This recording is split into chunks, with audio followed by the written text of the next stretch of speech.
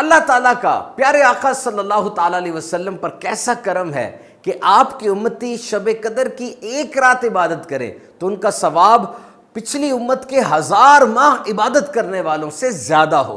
फरमाने मुस्तफ़ा सल्लल्लाहु ताला अलैहि वसल्लम, अल्लाह ताला ने मेरी उम्मत को शब कदर का तोहफा अता फरमाया और उनसे पहले किसी को ये रात अता नहीं की गई।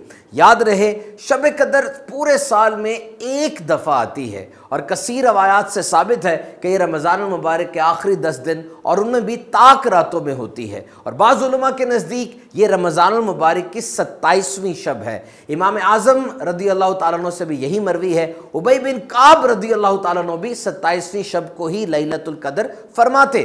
और बायज़ीद बिस्तामी रहमतुल्लाहि तआला अलैह ने फरमाया, मुझे ज़िंदगी में 2 बार लैलतुल कदर मिली और दोनों बार ये रमज़ान की 27वीं शब थी। लैलतुल कदर को लैलतुल कदर इसलिए कहते हैं कि इसमें साल भर के अहकाम नाफिज किए जाते हैं और फरिश्तों को अगले साल की तमाम खिदमात पर और कामों पर मामूर किया जाता है। फरमाया, जिसने इस रात ईमान और इखलास के साथ शब बेदारी की तो उसके पिछले सगीरा गुनाहों को मुआफ कर दिया जाता है। So it's a special gift and blessing benediction for the उम्मा।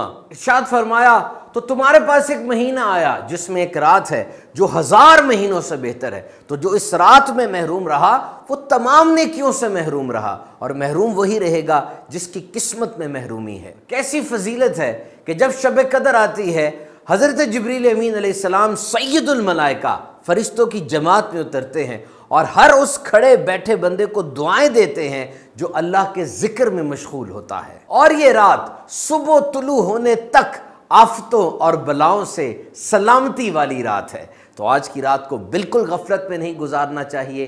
कैसा करम है रब ताला का, रजब का महीना मिला, शाबान का, रमज़ान के 2 अशरे मिले और अब आखिरी अशरे में 27वीं शब भी हमारे नसीब में आई।